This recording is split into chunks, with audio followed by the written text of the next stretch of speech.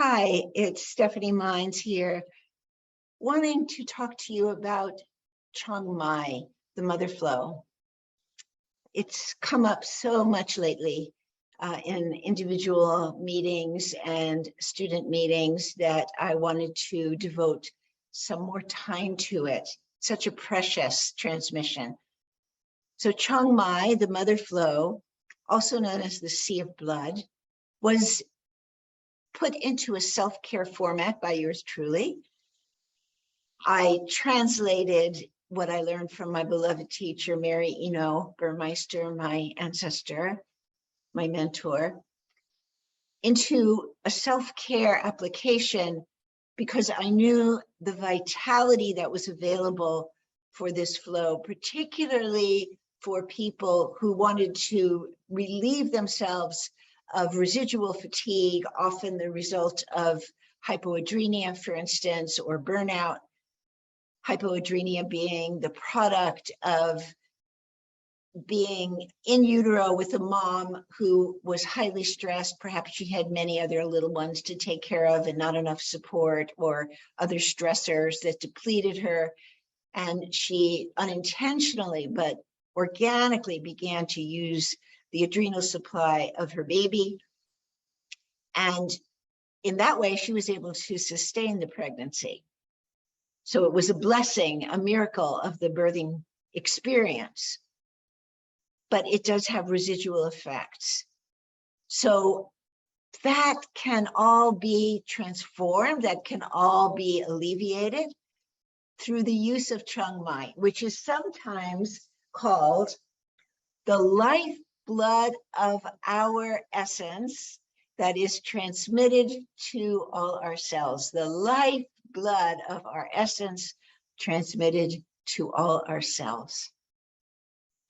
So two key sites that begin the mother flow, the central 13, which you can also hold with the palm of your hand or your fingertips, whichever is the most comfortable for you. Notice if there's any tension in the tissue.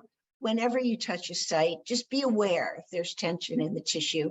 You don't have to do anything extra, just notice it. And then the other hand goes to the middle of the occiput, the central 4. This central 4 is equally significant. The tissue there, you will notice, is spongy.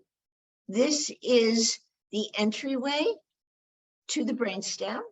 It's where the notochord inserted. It's also where the cranial nerves insert. Contact with that area activates the secretions of the pituitary. It enlivens the pituitary. So this central 4 has a significantly different impact on you energetically and physiologically than the bilateral 4s.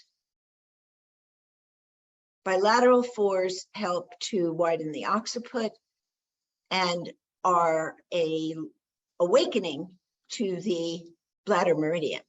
The central 4 has these other qualities that are significant in light of the mother flow. So holding these two sites together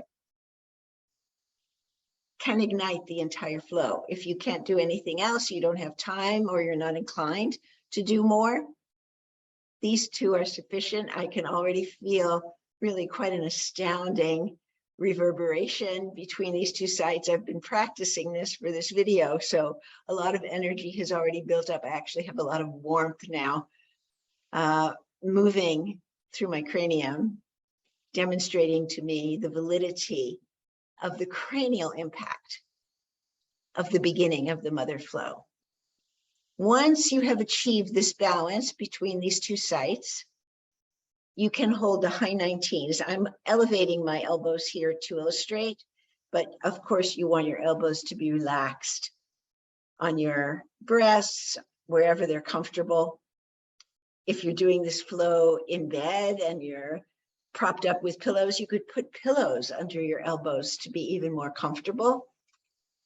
And holding the high 19s allows the clarity of intentionality of the sea of blood so that it flows into the channels where it is needed and is not distracted, is not confused or thrown off course.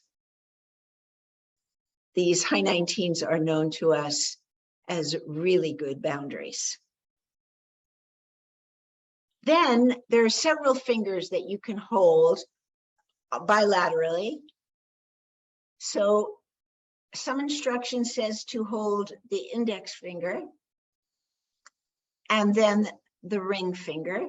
And then additional instruction says to hold the little finger. Why not hold all of them or any of them, depending on your inclination and your time? So again, with your hands resting, perhaps on a pillow, perhaps on your tummy, whatever is really delightful for you.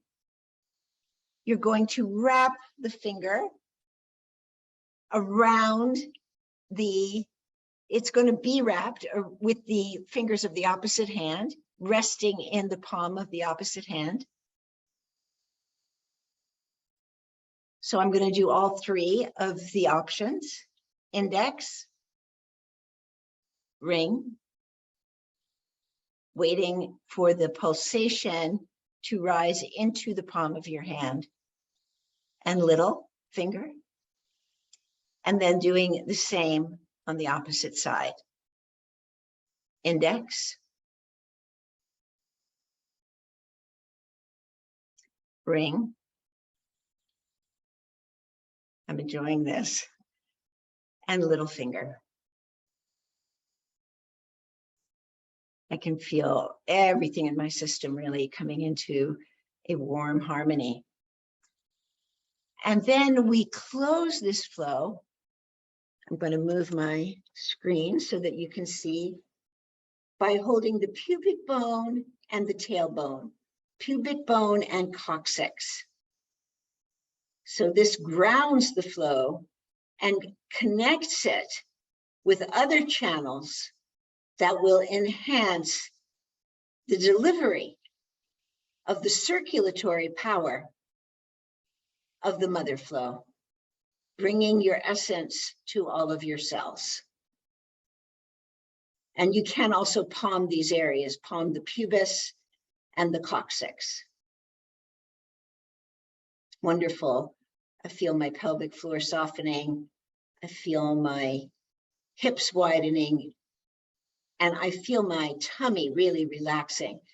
Disturbance in the mother flow can reveal itself as tension in the pelvic floor or as difficulty in the stomach, digestive difficulty, struggles with food assimilation. That can be a call for the mother flow. And then, of course, we want to seal the flow with the prayer inju, the palm inju, for alignment, bringing a full experience of integration from this luscious experience of the mother flow. Thank you.